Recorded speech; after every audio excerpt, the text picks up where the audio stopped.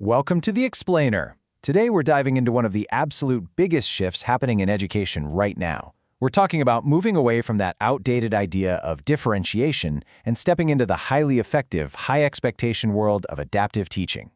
Now, as school leaders, you know you're the architects of your school's culture, right? You set the tone, the expectations, and the systems that let your teachers and students thrive. So we're going to unpack the source material today to see exactly what adaptive teaching looks like, why it's such a game changer, and how you can actually lead this cultural shift across your own classrooms. Let's get into it. So, let's kick things off with a pretty simple but really important question. Are your teachers differentiating, or are they adapting? Just kind of ask yourself, is your school maybe falling into some of those old traps? Things like churning out 3 different worksheets for different ability groups, or setting up those permanent bottom tables? Or are your teachers truly adapting to student needs right there in the moment, dynamically responding to what's actually happening in the room? Look, this isn't just semantics. It's a fundamental difference in how we view student potential. Think about it. For years, the system basically incentivized teachers to prove they were differentiating. And the result? A massive workload. Teachers were creating entirely separate tasks for different groups, which led to permanent groupings that, honestly, just predetermined a student's ceiling. Well, adaptive teaching, as outlined in the early career framework, totally flips the script. It's responsive. It uses flexible groupings that disband the second their purpose is met. But here's the absolute most important part. It maintains relentlessly high expectations for all students, so everybody gets a shot at mastering the same concepts. Okay, here's our playbook for this shift. We're covering 5 key areas today. First, redefining adaptive teaching. Second, the leader's inclusion mandate. Third, how assessment drives adaptation. Fourth, strategies for inclusive classrooms. And fifth, maximizing teaching assistance. All right, let's jump straight into Section 1, redefining adaptive teaching, moving beyond worksheets. Education expert Alex Quigley breaks this down brilliantly in the source material. He says we can understand the complexity of adaptive teaching by looking at 2 specific types of adaptations. First up, we have micro-adaptations. These are those sensitive, moment-to-moment adjustments that just happen naturally in the flow of the lesson. Imagine a teacher asks a question, right?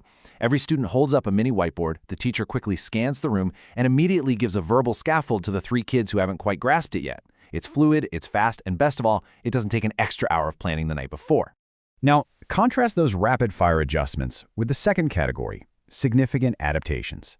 These are the planned, reasonable adjustments specifically designed for pupils with learning difficulties or disabilities. So this might mean proactively breaking down a really complex task into smaller chunks, or maybe structuring some specific support from a teaching assistant. You definitely need both micro and significant adaptations, but here's where your role as a leader is absolutely crucial. You've got to ensure your teachers actually have the structural support and the dedicated time to plan those significant adaptations properly. Moving on to Section 2, the leader's inclusion mandate, high expectations for all. This is a pretty staggering statistic. The attainment gap for students with special educational needs and disabilities, or SEND, is twice as big as the gap for pupils eligible for free school meals. On top of that, pupils with SEND are actually more than twice as likely to be eligible for free school meals themselves. As leaders, our mandate to change school culture and close this gap, it's urgent. We literally cannot afford to keep using practices that unintentionally hold these students back. The source material from NASN really nails the core problem with those old methods. Traditional differentiation, like just automatically handing the bottom group an easier worksheet, creates what they powerfully call the soft bigotry of low expectations. Man, that phrase hits hard, doesn't it? It's this silent force that suddenly restricts the opportunities of vulnerable kids. Adaptive teaching is basically the antidote to this, because it demands that our baseline expectation stays high for absolutely everyone. So instead of creating separate, watered-down lessons, we really need to listen to Professor Becky Francis from the Education Endowment Foundation. She points out that we don't actually need entirely new programs for SEND. What we need to do is prioritize familiar, powerful strategies and embed them straight into everyday, high-quality classroom teaching. The goal here is being inclusive by design right from the start, not just trying to bolt inclusion on as an afterthought when things go wrong. That brings us to Section 3, Assessment Drives Adaptation, the Engine of Change. So, to actually make those micro-adaptations we just talked about, teachers need real-time data. Dylan William and Shobhan Lahi's 5 key formative assessment strategies act as the engine for this. By clarifying intentions, engineering tasks that actually elicit evidence of learning, providing forward-moving feedback, and activating peers and the students themselves, teachers gather the precise evidence they need. Think of formative assessment like a classroom GPS, right? It just automatically recalculates the route the very second a student takes a wrong turn. Without that constant stream of evidence, any adaptation you try to make is honestly just a guessing game. But armed with that real-time evidence, teachers can deploy rapid-fire, in-the-moment adaptations. This might mean adjusting the level of challenge up or down on the fly, simplifying their language, highlighting the essential content while stripping away the noise, giving some fresh examples and non-examples, or even just pulling together a temporary group for 10 minutes to clear up a shared misconception. Doing this keeps the whole class moving forward together, and you never have to lower the bar. Okay, Section 4, Strategies for Inclusive Classrooms, the Teacher's Toolkit. The Education Endowment Foundation gives us 5 pillars that really form the foundation of an inclusive classroom. It starts with a positive environment, where SEND support is placed right at the heart of school priorities. Then, it requires a holistic understanding of individual needs, ensuring access to the absolute highest quality teaching, complementing that with targeted interventions, and of course, effectively deploying teaching assistants. As a leader, taking a step back and auditing your school against these 5 pillars is a phenomenal starting point. Now, zooming in on that third pillar, high-quality teaching, you'll notice that the tools for adaptive teaching are probably already in your teacher's toolkits. We're talking about explicit instruction, breaking concepts into small, crystal-clear steps. We're talking about teaching cognitive and metacognitive strategies, which is basically just teaching kids how to think and plan their own learning. And scaffolding. Scaffolding is absolutely crucial here. It's a metaphor for temporary support that you actively remove as the student gets more independent. And finally, flexible grouping.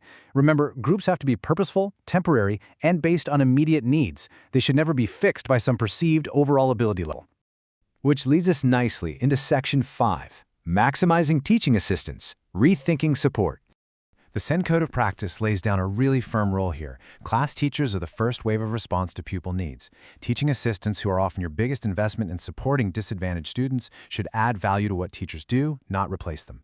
TAs must never ever be used as informal teachers just to segregate low-attaining students in the back of the room. Doing that completely undermines the whole goal of giving all kids access to high-quality teaching. Instead, we've got to deploy TAs strategically. Their role is to help pupils develop independent learning skills so they can manage their own learning. When TAs are delivering one-on-one or small group interventions, those have to be high quality, structured, and evidence-based. And this is key. It is up to the teacher and the TA working together to make explicit connections between those pull-out interventions and the everyday classroom learning. As a leader, you've got to build systemic time into the timetable for them to collaborate. Because if you don't, the student is just left to try and bridge that gap all on their own.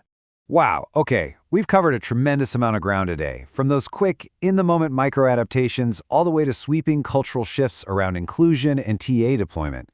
As a leader, your big challenge now is implementation. How are you going to champion this cultural shift in your building? How will you empower your teachers to become truly adaptive experts? I'll leave you with this thought. If a student's potential is dictated by the label on their worksheet, are we truly educating them, or are we just managing them? Take a hard look at your classrooms tomorrow. What limits can you start tearing down?